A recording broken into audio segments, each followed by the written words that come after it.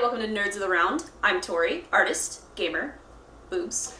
I'm Nick, music, comics, and I'm the skinniest fat kid I know. And I'm Ian, card games, tabletop games, and gender swapping extraordinaire. Alright, well, Nerds of the Round is basically your Russian roulette of discussion tables. We can cover anything from comic books and video games to such adorable characters as Karibo and Tingle? Tinkle? Tingle. Tinkle. Okay, let's get started. Today is going to be sportsmanship, mainly in card games like Pokemon and Yu-Gi-Mans. For that, I actually want to turn that over to our card expert, Ian, and he'll lead our discussion. Okay, so I don't know how often you guys have ever gone to a tournament for Magic or Yu-Gi-Oh or anything like that, but there's always the major buttholes that show up. I see them more in Magic, I guess. Maybe it's just because the crowd's a little more...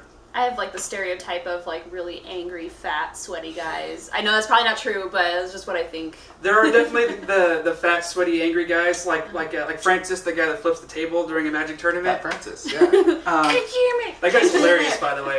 I mean, it's always a little discerning when you go to a tournament and you end up having to play these guys, because we all start playing these games to have fun. I mean, it's a game, with cool pictures on the cards. You play it because you want to have fun and because you like the way the game plays. And you get these people that just take the game like way too seriously sometimes. Yeah. And I mean, I understand it because you have to take the game at least semi-seriously to be able to win. Yeah. I mean... You have to be paying attention at least. Exactly. Yeah. And it is a tournament, so you are there to win. But when you take the game too seriously and the guy sitting next to you is not having any fun because you're just being a giant butthole about the whole thing, it's really hard for you to enjoy what you're doing, and it makes it really hard for you to concentrate as well.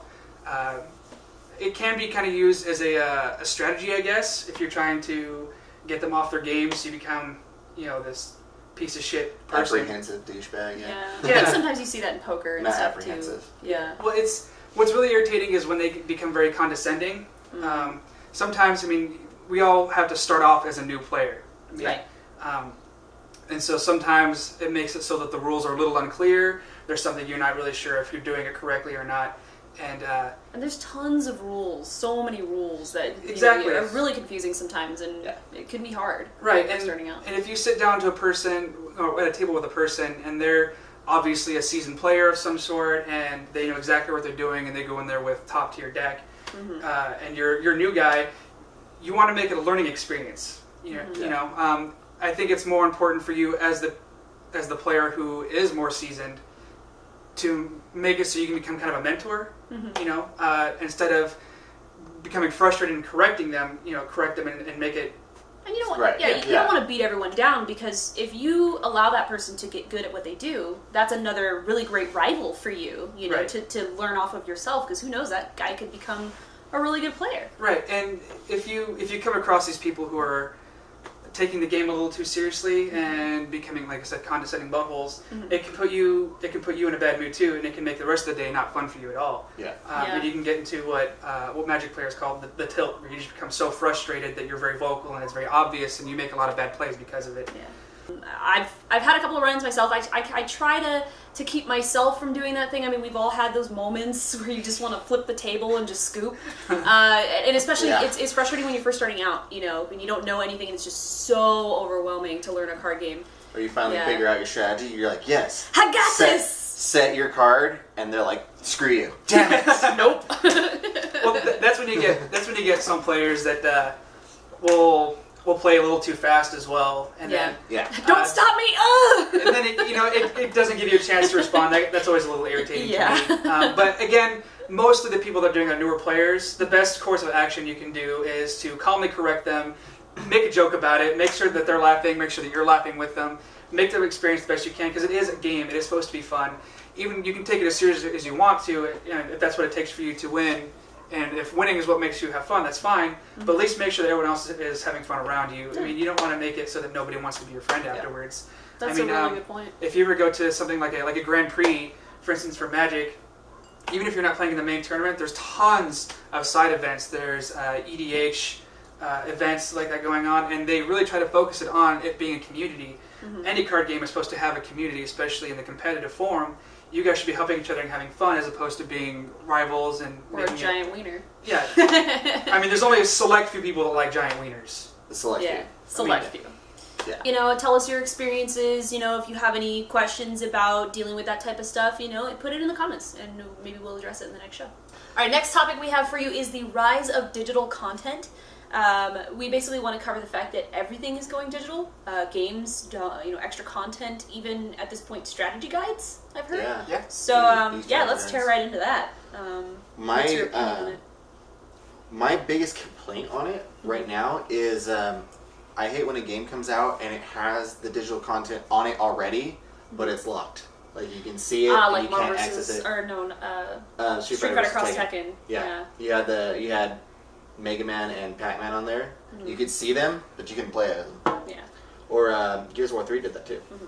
Well, I think the reason they do that is to save yourself some disk space. Because if it's already in the game, all you're doing is downloading the unlock, so it's less stuff on your hard drive. But at the same time, it's kind of like, hey, here's this cool thing that you can't have until you pay us, you know?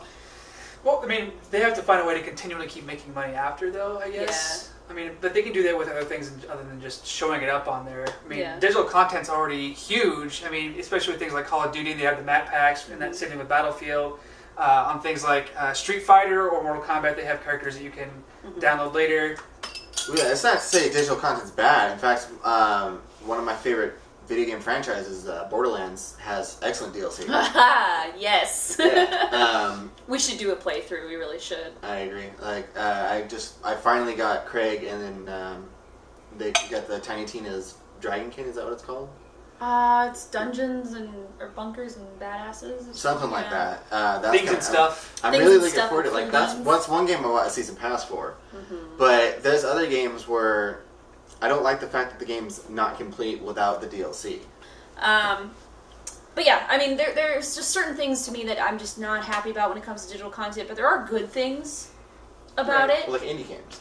Indie games for sure. Yeah, there's a lot of people who could never make games unless they could do it that way. Because they don't have the funding or, you know, the bank account of their own to push out physical copies. I mean, like you were saying, box art's super expensive. The discs going on, just putting the money into it to display it somewhere is expensive. And if you end up not selling that thing, that's just wasted money. Yeah. You know? Exactly. Whereas digital content, whatever, you just didn't sell that one. Yeah. I mean, what do we have things like credit cards and debit cards for in the first place? Yeah. Exactly. Yeah. And if you don't care about collecting, it definitely saves you a lot of space too. Exactly. Because I'm definitely Physical running out of space. that. Yeah, physical space. It is kind of annoying when your hard drive is full. When your hard drive is full, because then you do have to go put pants on and figure out how you're going to fix this problem. Or you could go on Amazon and buy a hard drive. Again, not leaving your house. She knows. They'll deliver it right to your door. But yeah, it's basically both sides of the coin, I guess, on the digital content issue. The pros and the cons pretty much. Yeah, I think it's a matter of opinion on digital content. All right, for this topic, we actually wanted to bring in a movie expert. He's part of our team. His name is Derek, and he's actually going to come and sit with us at the table. So without further ado, Derek. Yay! Thumbs up. Lovely. Thumbs up. Derek, Okay. what do you have for us today? Well, I wanted to talk about terrible movie video games. Or good movie video games. Do you guys have picks? I can think of a few. Yeah, why don't you start us off?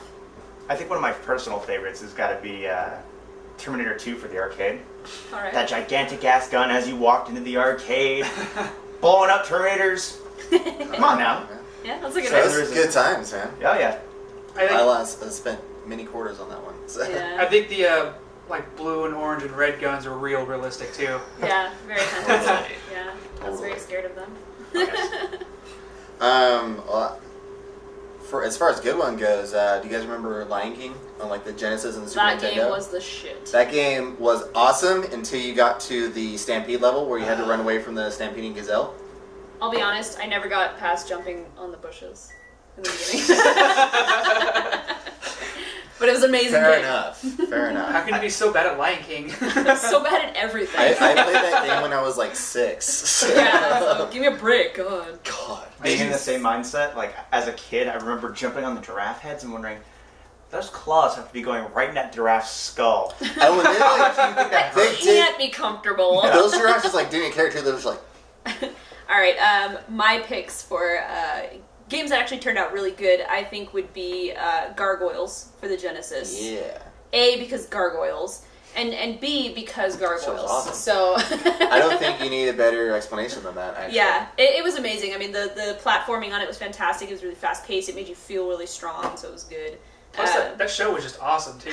Yeah. So point number 3, gargoyles, and then my other one would be Walking Dead for the Xbox and PS3. I think that's wait, the good one, the survival instincts, or the Telltale? Telltale. The Telltale good. one. Okay. I just pretend the survival instinct one never happened. That's fair. I think for me, the again for the Sega Genesis, but Jurassic Park. Right? Do you guys remember that one? Yes. I don't know why. Maybe it's just because I'm horrible at it, but that game was really hard for me to play. Dude, playing as a human sucked. Yeah. Why be a person if you can be a T-Rex? I think that's, if there's ever an option for T-Rex, why wouldn't you pick it? Yeah, I mean, You're fucking up. Be a T-Rex. Do that, yeah. Another thing we wanted to talk about was games that were disappointing, right? Oh, yes. They could have been really good. Not necessarily bad, because there's thousands of bad movie games. So many. So many. But the ones that should have been awesome, and they just were not. So I have a fun one for you guys. Street Fighter, the game, the movie. I remember that one. How do you screw that up? That one was Van Damme was in that one? Yeah.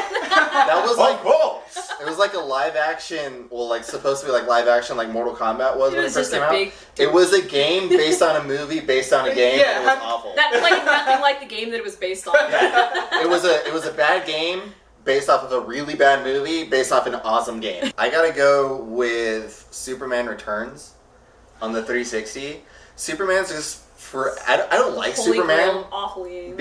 Being a comic book fanatic, like, I hate Superman. And he just curses to never have a good game, which sucks because he has potential to be a good game. Well, but the Man of Steel is supposed to be like the ultimate being in the DC universe, and that bitch dies like 4 times that I can think of off the top of my head, mostly by Batman. And what's bad is I was about to say, well, the reason he doesn't make a good game is because the fool's indestructible, so I'm like, well, actually, yeah, he does that. But my picks for most disappointing movie game tie-ins, I think, would definitely be, movie game TV show tie-ins. X-Men Origins for PS3 and Xbox 360. I think it was a God of War-esque brutal ripoff, but not in a good way. If they had just completely just copied everything, I would have been happier, because it obviously would have played like God of War and I couldn't have been sad. well, the sad thing about X-Men Origins in general is that the game was like far better than The game was better than the movie. Let's just That be happy movie about was that. You gotta be thankful for what awful. they give you. But I think Deadpool. I think it could have. Deadpool. That was not Deadpool. Yeah. That I think it was- could have been really good, honestly. That so. was Zombie Baraka. And then my Laser Vision. Yeah, and then my other pick would be the Game of Thrones game, because Game Yeah. of Thrones. You have Game of Thrones, and then the game is just. I think the somewhere big over there. issue is they took all of the porn out of it. Yeah, where's Daenerys' booty? Daenerys. No butts. Who is watching for anything but titties? Let's be real. That's why you All watch day. True Blood also. I guess, honestly, I didn't think anybody thought it had potential. Mm-hmm. But I think if you're going to make a video game, you should at least try. And I feel like there was no effort into making The Deadliest Catch. If you're going to put money into something, at least try. You don't enter a marathon and then go take a nap on the couch the day you're supposed to be there. That's exactly what they did. I mean, realistically, it didn't. You actually played it? It didn't stand a chance. I played it because I like. He the likes show. to think he's a fisherman. The Sega Genesis and the Super Nintendo games. I don't know what the fuck that was. That was a T-Rex. Okay. Your arm is still too long to be T-Rex. Oh. You gotta be. T-Rex on a typewriter? No, Like, that's right, guys. Now this just looks like T-Rex bad porn. etiquette on Nerds of the Round. Yeah. what I was saying was. That's Scrape Wolves.